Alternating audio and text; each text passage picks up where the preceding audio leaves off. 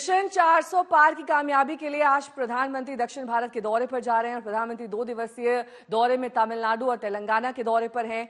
प्रधानमंत्री ने उस टास्क को अपने हाथ में लिया है जिसको लेकर राजनीतिक पंडित भी गुणा भाग कर रहे हैं। तो 5:15 बजे चेन्नई में उन्हें जनसभा करनी है।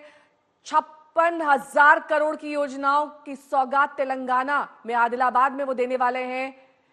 कल पक्कम तमिलनाडु में भारतीय नौसैनिकों के कार्यक्रम है। जाजपुर ओडिशा में 19,600 करोड़ की योजनाएं हैं। 6,800 करोड़ की योजनाएं सांगारेड्डी तेलंगाना के लिए है। तो सौगातों की बौछार है जिसमें 15,400 करोड़ की परियोजना कोलकाता पश्चिम बंगाल के लिए वो दे चुके हैं। बेतिया बिहार के लिए 12,800 करोड़ के विकास कार्यों की घोषणा भी वो कर चुके हैं। यानी कि सीधे तौर पर मिशन दक्षिण पर इस वक्त प्रधानमंत्री का फोकस है। लोकसभा सीटें दक्षिण में 132 है। 2019 में सिर्फ 29 बीजेपी को हासिल हुई थी, जिसमें कर्नाटक में ही 25 सीटें थी, बाकी 4 सीटें तेलंगाना की थी।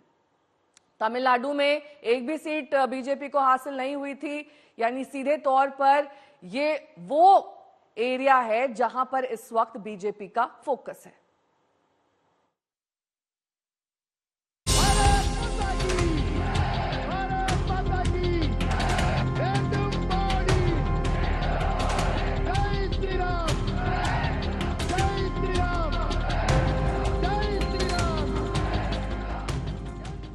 एक बार फिर दक्षिण भारत के मिशन पर हैं पीएम मोदी।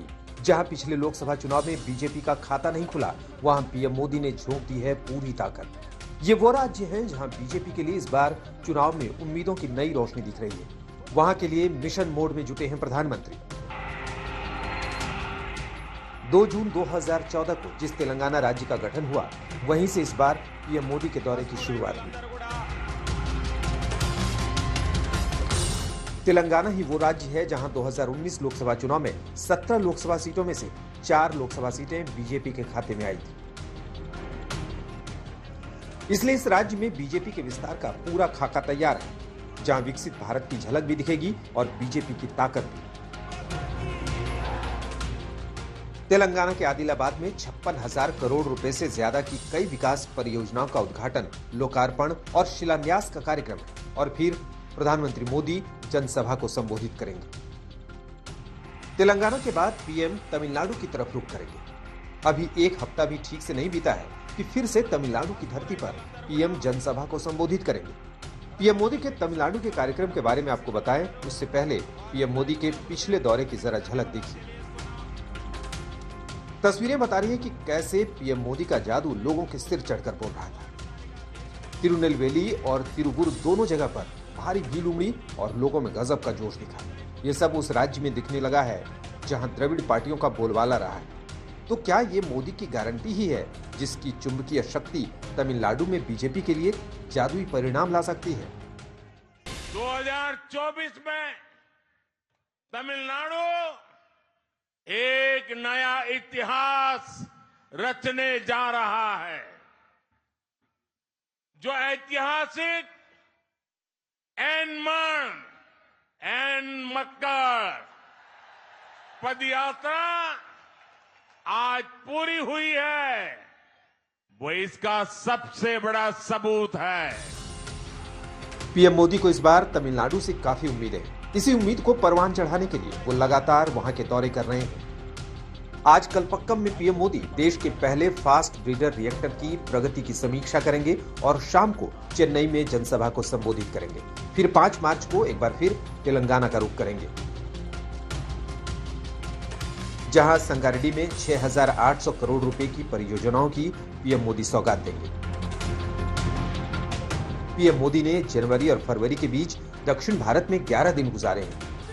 देश का भाग्य पक्का करने के लिए बीजेपी ने एनडीए 400 पार का नारा दिया है और इस ऐतिहासिक आंकड़े को हासिल करने में दक्षिण भारत में बीजेपी का अच्छा परफॉर्मेंस बड़ा किरदार निभा सकता है। आज तक ब्यूरो। हिमांशु मिश्रा हमारे साथ जुड़े हुए हैं तमाम जानकारी के साथ। हिमांशु, 132 सीटें हैं दक्षिण की, कितने पर फोकस है इस वक्त प्रमुख तौर पर? क्योंकि सबसे ज्यादा तो विनिंग कर्नाटक में ही है, बाकी राज्यों में मतलब ये माने कि नील ही समझिए। देखिए बिल्कुल नेहा, एक चीज समझनी होगी कि जो उत्तर भारत है वहाँ भारतीय जनता पार्टी लगभग लगभग सैचुरेशन पे आ चुकी है। हरियाणा में 10 में से 10 है, दिल्ली में 7 में से 7 है, गुजरात में 26 में से 26 है, राजस्थान में 25 में से 25 सीटें जो है 2019 में जीती हैं। छत्तीसगढ़ में जो है 11 में से 9 सीटें जीती थी। मध्य प्रदेश में 28 में से 29 में से 28 सीटें जो है वो भारतीय जनता पार्टी की झोली में गई थी। उत्तराखंड में 5 में से 5, हिमाचल में 4 में से 4। साथ ही साथ जो है उत्तर प्रदेश में 62 सीटें जीती थी और गठबंधन में 64। तो कहीं ना कहीं अगर सैचुरेशन के लिए देखें तो थोड़ा स्कोप जो है उत्तर प्रदेश और दक्षिण के तमिलनाडु के अंदर, तेलंगाना, आंध्रा, केरला, यहाँ भारतीय जनता पार्टी को लगता है कि हम ज्यादा से ज्यादा फोकस कर सकते हैं। और इसीलिए प्रधानमंत्री नरेंद्र मोदी जो है लगातार यहाँ पर दौरे कर रहे हैं। और प्रधानमंत्री नरेंद्र मोदी जानते हैं कि अगर साउथ के अंदर भारतीय जनता पार्टी का संगठन मजबूत है तो वहां सीटें जीती जा सकती हैं। 1999 में भारतीय जनता पार्टी ने जो है तमिलनाडु में 4 सीटें जीती थी। और यही भारतीय जनता पार्टी को लगता है कि पिछले चुनावों में जिस तरीके से तमिलनाडु, केरल के अंदर भारतीय जनता पार्टी का वोट शेयर बढ़ा है और जिस तरीके से तेलंगाना के अंदर भारतीय जनता पार्टी को इस बार 10 विधानसभा सीटों पर जो है विजय मिली है, कहीं ना कहीं भारतीय जनता पार्टी इसको मानकर चलती है कि और ज्यादा यहाँ पे फोकस करने से हमारी संख्या जो है वो ज्यादा हो जाएगी। 29 से बढ़कर हम 40 या 45 या 50 तक जा सकते हैं। इसीलिए आंध्र प्रदेश में जो है भारतीय जनता पार्टी टीडीपी और पवन कल्याण की जनसेना के साथ अलायंस कर रही है।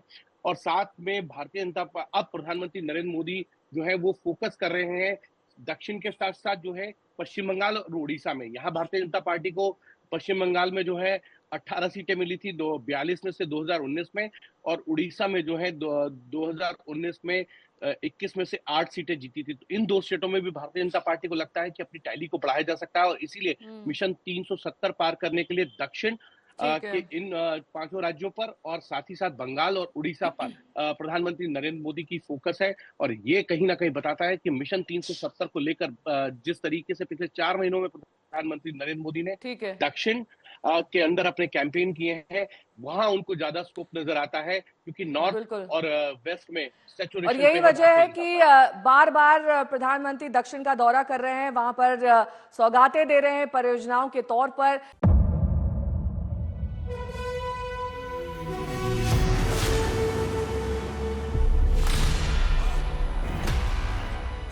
मुद्दों का मैदान, जिम्मेदारी नहीं, तर्कों पर घमासान। क्या बताना चाहते हैं इस देश को? किससे किसकी ठनी, न्याय की नीति नहीं बनती है। किसने दी किसे पटखनी। क्या सच है जिसको छिपाने की कोशिश? खबरों की दुनिया का सबसे बड़ा अखाड़ा दंगल देखे मेरे यानी चित्रा त्रिपाठी के साथ रोज शाम 5 बजे सिर्फ आज तक पर। ना पक्ष ना विपक्ष,